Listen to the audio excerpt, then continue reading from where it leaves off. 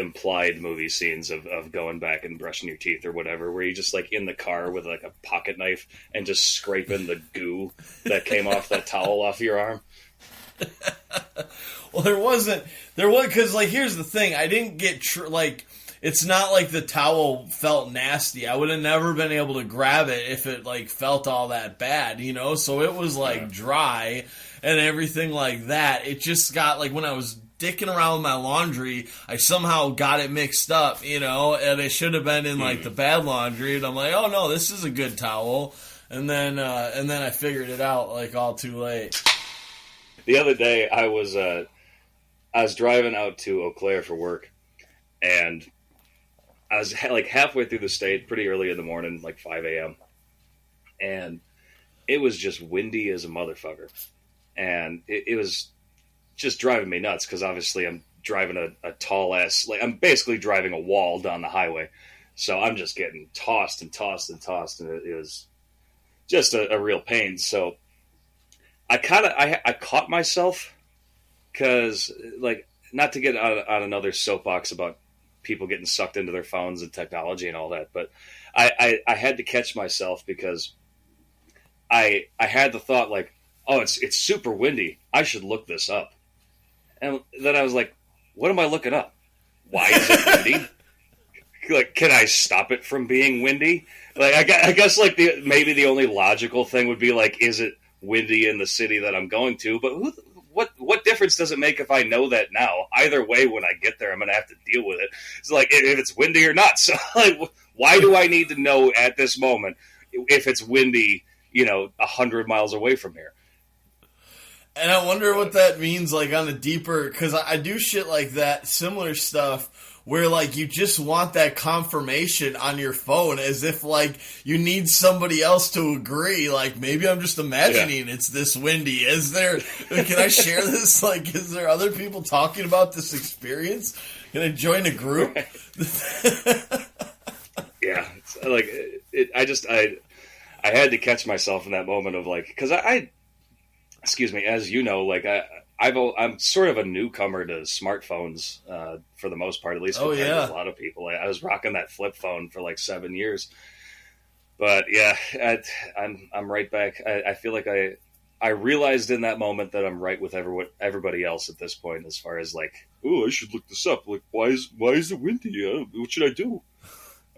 Well, like, even years ago, right as like smartphones were coming out, so before people use those for, like, their navigation devices, and I bring this up, like, I always find this story, like, hilarious. So when people were still using the Garmin's, like, in their cars or whatever for navigation, but I guess it still probably applies, but this was specifically a story about people being attached to their, the voice on their navigation device so much that even, like, if they turned it off to drive from home to work, which they do every single day and know exactly, like, what the route is, and they don't need navigation to tell them how to get from work to home, that they would, like, get anxiety because they grow so attached to having that voice, like, guide them, like, through the drive every single day.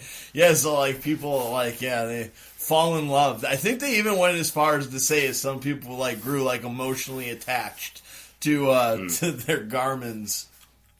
I could see it. I mean, I have, all of our work trucks have the Garmin's in them, but one of the very first things that I was told when I started training for this job was, like, use the Garmin for now, but don't rely on it forever because they make you stupid. 'Cause, like, if you just let it guide you all day, like, I found that to be true after a little bit. Like, you don't pay attention enough to actually know where the hell you are, even if you've been driving on that route for a few months. So I made a point of not doing that. There's some drivers that still do that. Like, every time someone else uses my truck, I have the volume on the voice turned way the fuck down. Just every so often I'll need to, if I, like, have a stop that I don't normally go to or something, I'll turn it on. But anytime someone borrows my truck, I get back in and that thing is like full volume. Like, clearly someone's depending on it all day, and it's like, Jesus Christ, man, like, you've been doing this longer than me. How do you not know where you're going by now?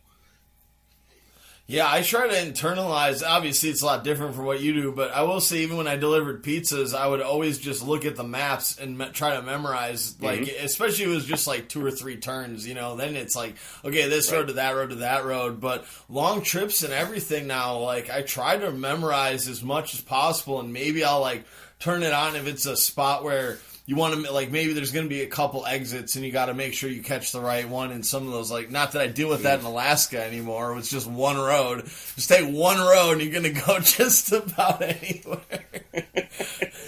Yeah, man. When I delivered for Rosati's for a little while, sirens. Oh, no. They coming for you? Someone's in trouble. Probably. But when I worked at Rosati's delivering pizza, there was this one woman who was just absolutely obnoxious. Like, just one of the loudest, stupidest people I've ever met in my life. And her name was Diane. And she would always give us other drivers shit for using GPS. And it got to the point that my buddy Danny, who worked there, he was talking about, he's a big, like, into hacking games or just whatever, like he's a tech guy, and he was talking about how he wanted to make a modification to Grand Theft Auto 4 where he's going to put Diane in it and just like secretly record her saying like, I need my mozzarella sticks, and like just like replace all the character audio, and the most important part was he was going to take the GPS out of the corner of the map of the screen, and we died about that. But,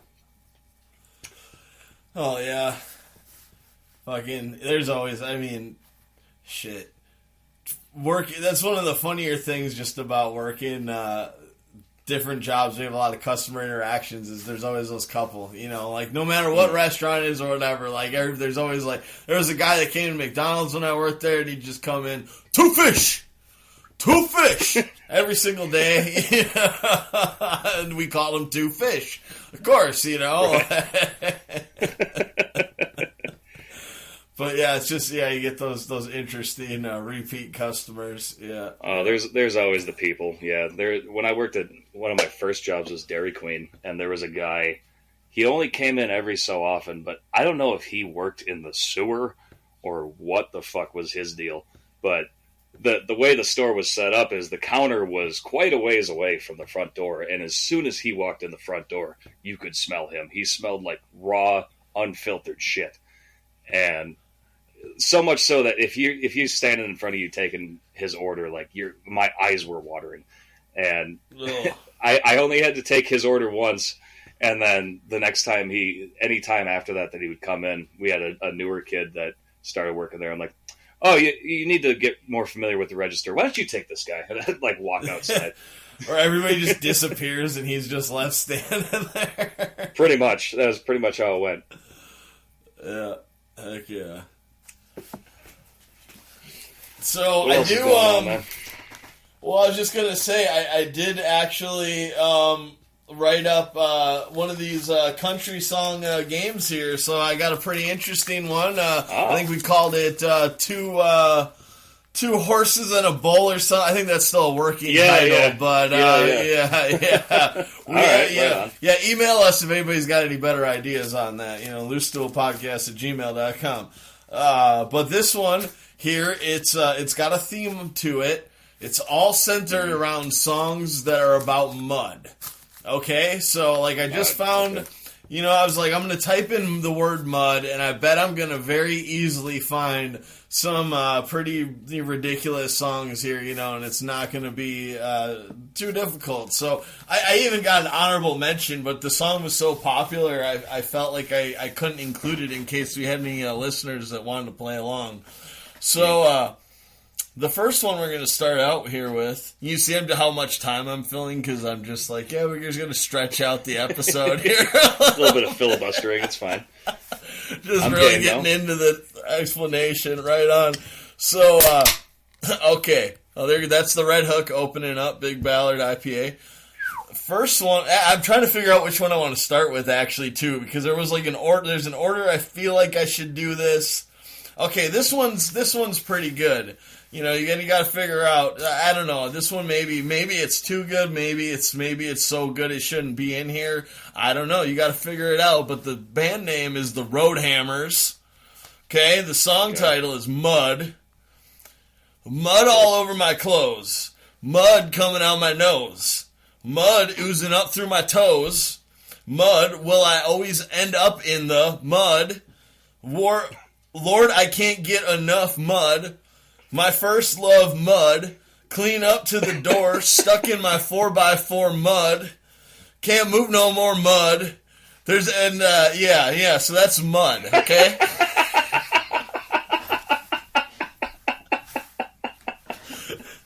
What is this fucking filth person? It sounds like he lives in a drainage ditch somewhere. And then, okay, so here we go. This one, there's a little bit less lyrical content, but you'll figure out why. Fire up the truck, pop the clutch. Truck brown from mud. Truck brown from mud. Truck brown from mud. It's supposed to be turned down for what? Truck brown from mud. Truck brown from mud. Truck brown from mud. Truck brown from mud. Fire up the truck, pop the clutch. Truck brown from mud. Truck brown from mud. Truck brown from mud. But is it? Truck brown from mud. It's truck brown from mud. Okay. Jesus Christ. That's the Bama Boys. The Bama Boys, Truck Brown from Mud. From Mud. Okay. The Bama Boys, Truck Brown from Mud. So we got a lot of people that really, really like Mud here. But this guy really likes Mud.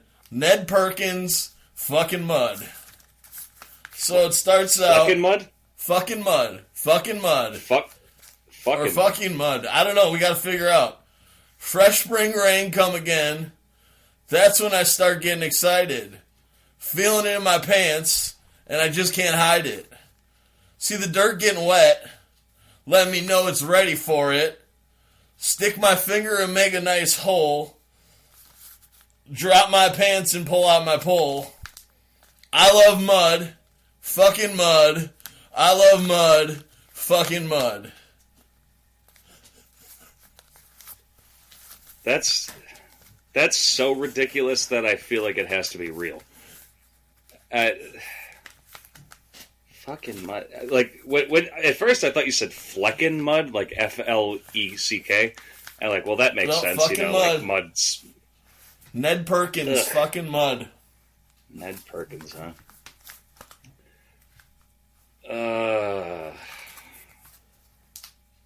I feel like I feel like the middle one has to be real, because that dumb shit parodies like that happen all the time. But the Roadhammers, like the Mud Person, first one, I'm really torn between 1 and 3. But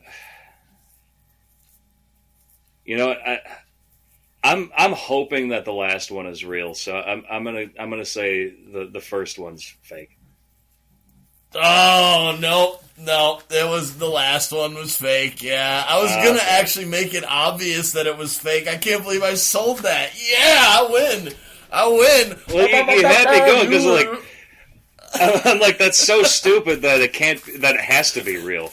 You know, it's like I was hoping for that. But I could have read it in a way, and I actually, before the episode started, I was thinking I was gonna just read it in a way where I was like, fucking mud, you know, and just really making it obvious that it was gonna be about fucking a hole in the ground, you know. But then I figured if I said it like fucking mud, maybe it could actually throw you off. You threw me. I was suspicious, definitely, but you still got me.